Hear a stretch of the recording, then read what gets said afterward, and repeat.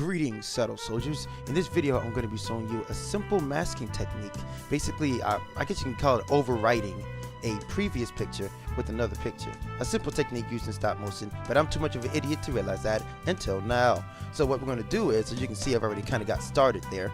We're going to help our homie here get over his situation by him flipping out. Sorry. What we're going to do is we're going to take that picture and we're going to pretty much overwrite that picture with the clear picture. What we're going to do is we're going to go to the erase portion and we're going to get rid of that stand here. So what you want to do is you want to increase the brush size to its full capacity and you just want to erase. I'm using an Apple eye pen, so you know I have the best accuracy. So what you want to do is you want to basically erase the entire picture with the picture you saw before. So as you saw there in the animation, I have the picture of him flipping and then I have a normal basic picture with nothing in it. What we're going to do is we're going to use that basic picture with nothing in it to overwrite this picture. Now what you want to do is you want to get rid of the stand and everything else, because as you can see, certain parts of it is darker than the rest. So if you just leave some parts light and some parts dark, it looks kind of weird. So what you want to do is you want to erase every aspect of this picture by overwriting it with the previous picture that has nothing in it. So what I do is I kind of increase and decrease the brush size to get rid of the tiny little specks, if you will, the tiny little things, the little tiny cracks in the armor of stop motion. So you see, you're going to keep doing that. There we go. Increase the size back and we're just going to keep going. It's not a hard process. It's actually very, very simple. It's just time consuming, just as all stop motion things are. Now I'm using stop motion for the iPad and iPhones and probably Androids as well. So it's kind of I actually use that for every stop motion animation video I make. Super useful, easy to use, super fun, easy greasy lemon squeezy. Now what you want to do is you want to make sure you don't clip parts of the figure itself, because if you look at the top corner there, top left corner, you have all the little things you can do. The squiggly line is so you could draw things in different colors. The eraser, obviously the eraser. The arrows is moving the picture itself, the frame itself, increasing the size, decreasing the size, etc.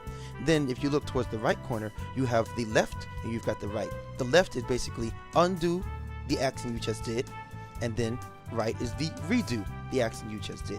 Now the problem in getting rid of one part is that it would look so weird. You've got some light, you've got some dark. Now as you can see, I just clipped the part of the sword there.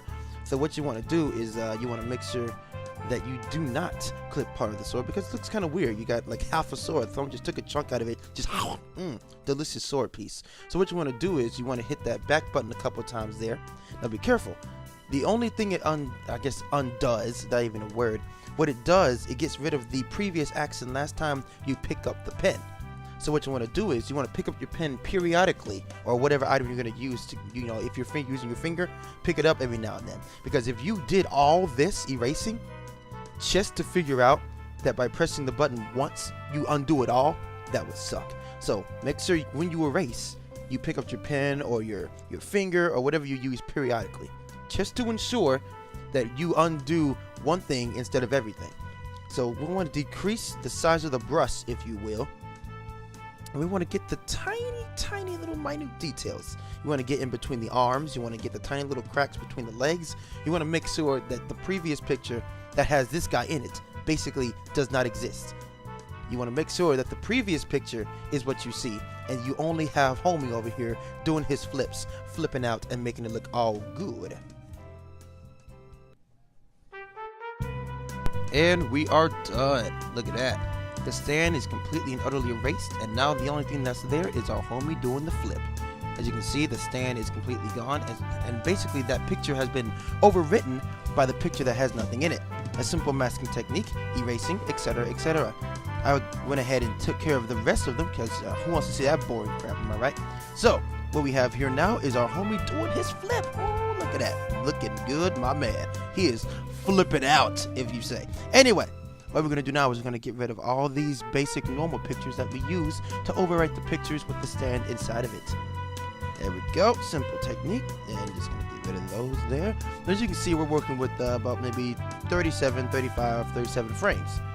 That's with this one picture in front of every other frame. So what you have here is the picture with homie and the stand in it, and then right before that picture you have this simple picture with nothing in it. A simple empty frame, and then a frame with the homie and the stand doing the flip. Now we're just going to get rid of all these, going to get rid of that. We're probably going to work with about 25 frames. Look at that, 25 frames at 30 frames per second here. Look at that. There we go, baby. Let's see what it looks like from the very beginning. Oh, beautiful. Oh, like clockwork. Oh, it's beautiful, I tell you. No, this is about, as you saw there, 1 second. It is all 1 second. There we go. There it is. Little frame by frame. There are certain frames may look a little different because I had to zoom in and kind of get rid of the tiny little cracks that you may see between the legs and between the arms, etc. But that's gonna do it for the video, guys. If you like the video, go ahead and just take your awesome saddle skills and saddle slice that like button. I definitely appreciate it. I've got more videos like these coming up. I'll be using this technique more. It looks pretty awesome, and these other animations are coming soon. But until next time, guys, I'll see you then.